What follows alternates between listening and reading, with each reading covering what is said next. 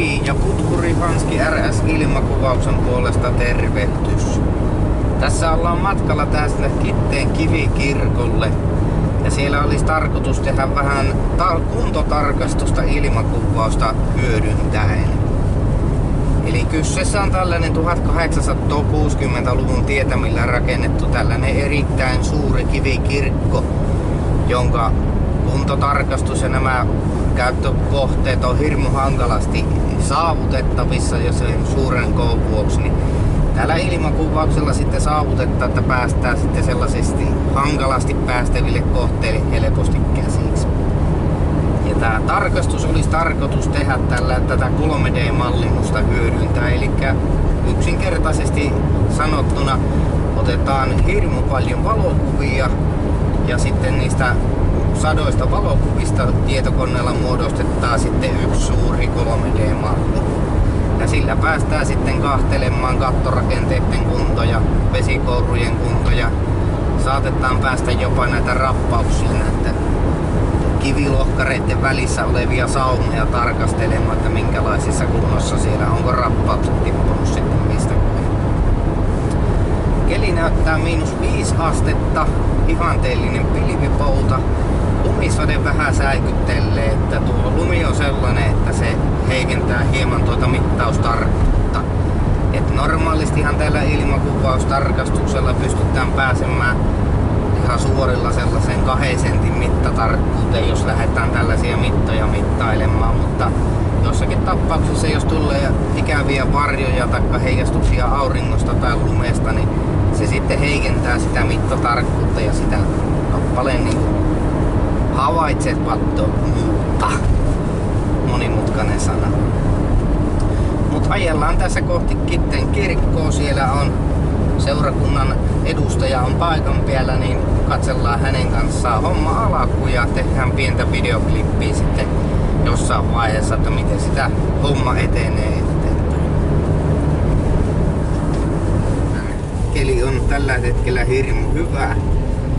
Tehdään silleen, että käydään tällainen pieni kierros tästä rakennuksen ympäri ja katsellaan mahdollisesti nuo varoittavat kohteet ja samalla tarkastetaan, kuvataan tällaiset niin sanotusti maastotarkastuspisteet, että meillä on tuollainen laajakulmakamera, joka mahdollisimman suuren alan kerralla kuvaava, niin sillä otetaan sitten vähän niin kuin kiintopisteitä muutamia.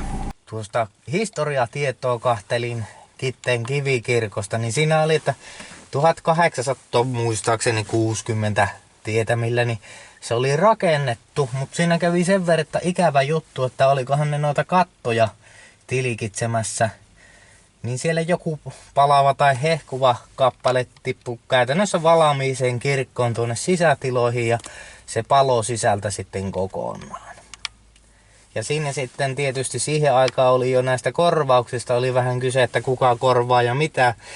Niin loppujen lopuksi se jäi seurakunnan maksettavaksi se koko homma. Se oli ulkopuolinen urakoitsija oli jo silloin käytössä, kun tämä kirkko ensimmäisen kerran tehtiin. Mutta sitten se seurakunta itse omana työnään sitten rakentivat nuo sisäpuolet sitten uudelleen. Niin se käyttöön vihkiminen myöhästyi sitten aika paljon. Olisiko taas muistinvarasta tietoa, mutta olisikohan ollut 3 vuotta myöhässä sitten ottivat käyttöön.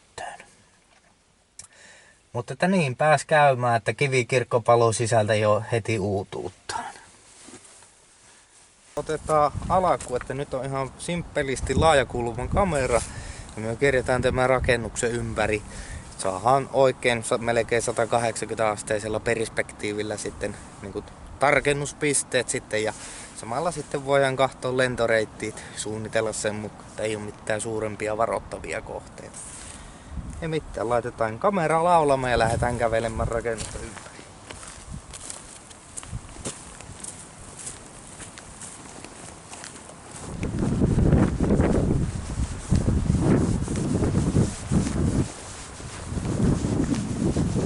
Näkö 84 kuvaa saatiin tästä maastosta tarkastuspisteitä. Mutta ei siinä mitään. Jatketaan tästä.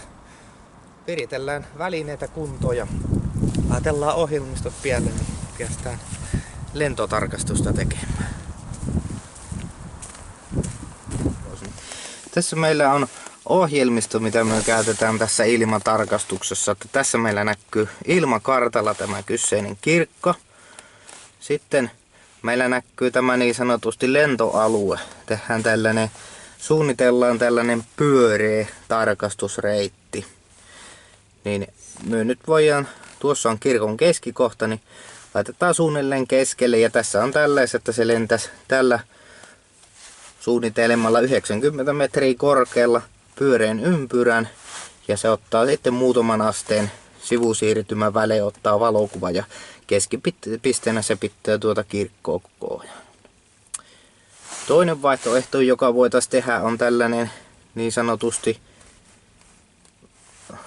double grid, eli tällainen, miten sitä sanoisiko, zigzag tyylinen tehtävä.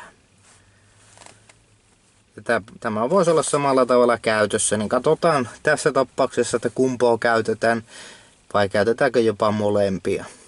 Kolmantena, mikä meidän pitää tehdä, on todennäköisesti sellainen niin sanotusti vapaa lentona, että noissa maastotarkastuksissa ja muissa sellaisissa korkeissa kohteissa kopteri kun lentää ylöspäin 2 metriä tai metrin, mikä vaan säijettää, se ottaa aina valokuvan. Ja sivusiirtymä 2 metriä metri aina ottaa valokuvan. Niin sillä pystytään kuvaamaan jopa ihan niin korkeita rakennuksia kuin vaan mahdollista. Tällä zigzag- tai ympyrätarkastuksella niin tämä rajoittaa yleensä sellaisen 340 metriä on maksimikorkeus, jonka jälkeen siinä sitten siellä kohteen alapäässä rupeaa tulemaan vähän epätarkkuutta jo. Mutta laitellaan systeemiä tässä valmiiksi. Se 2 metriä aina kun kopteri liikkuu, niin se ottaa sitten sitä kuvia. Tarkistetaan tuo kello.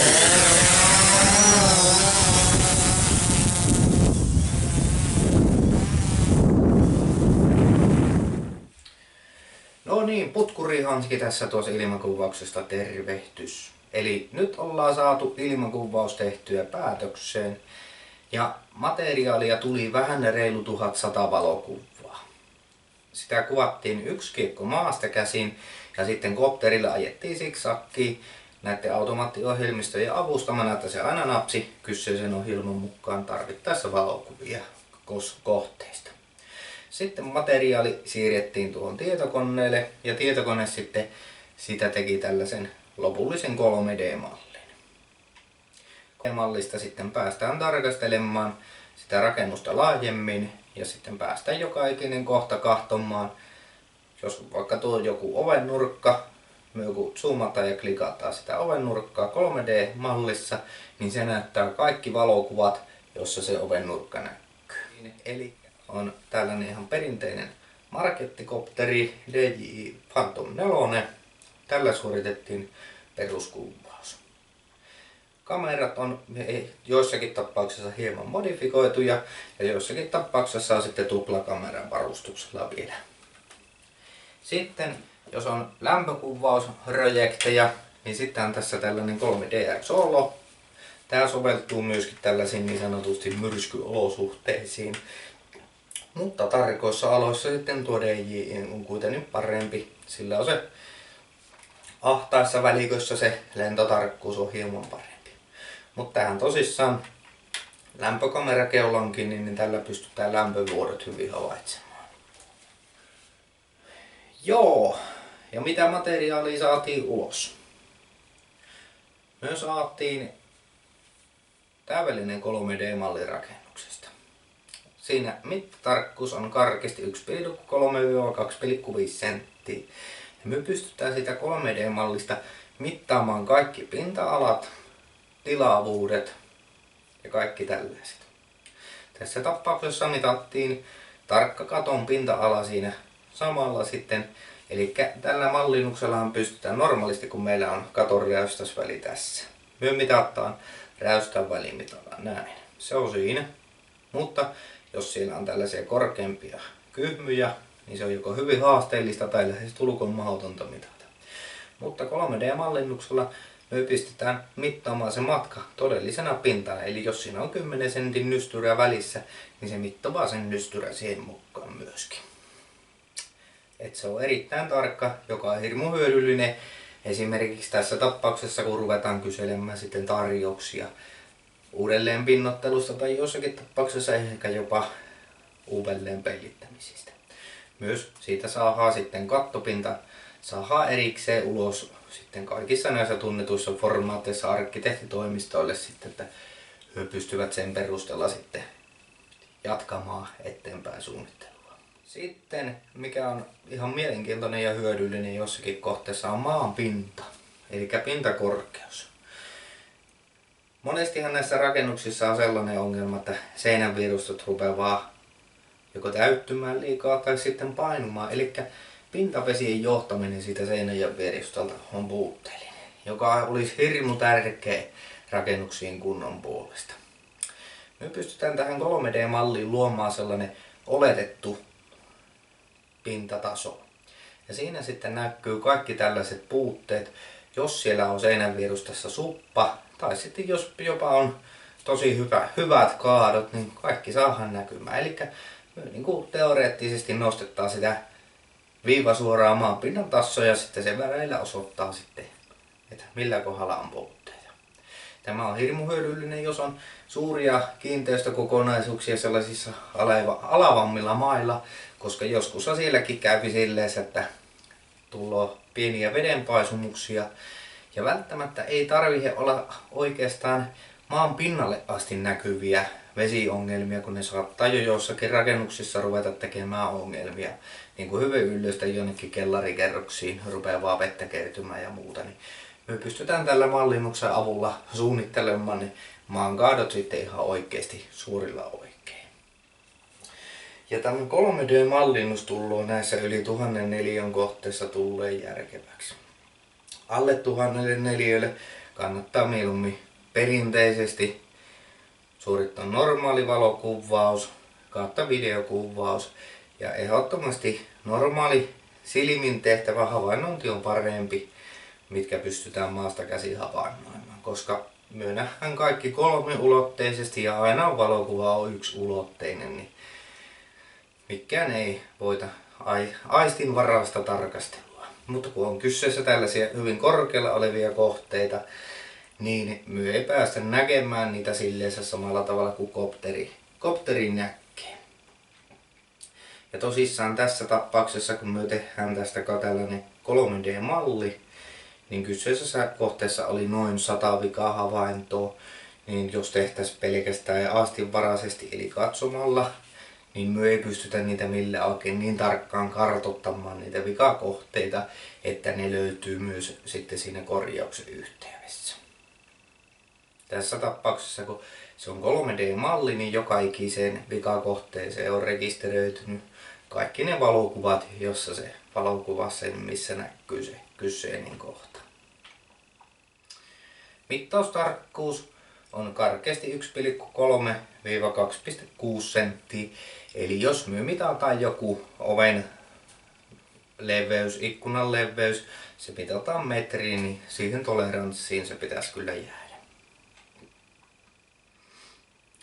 Kuntotarkastuksessa on hirmu hyvä tämä 3D-malli, jos mietitään, että meillä on vaikka tällainen kerrostalo. Mietitään tällainen isompi kokonaisuus, niin siinä on vaikka 100 ikkunaa. Me pystytään tekemään siihen se kartoituslento ympäri joka puolelta. Sitten me käydään siitä 3D-mallista, ruvetaan käymään ikkunakohteittain läpi. Et missä kohdalla on puutteita, missä kohdalla on vuotoja. Sitten me pystytään tämän, kuten tässä kohteessa, tekemään sitä sitten lopullinen raportti, jossa näkyy, että A-portaan 3. kerros, nurkkaikkuna, siinä on lahovika. Sitten mitä tästä asiakkaalle tulee, niin asiakkaalle tulee tällainen raportti. Siinä on tässä tapauksessa tuli noin 60-sivuinen opus. Siinä on eritelty tämä maaperä, sitten on seinärakenteet ja kattopinnat.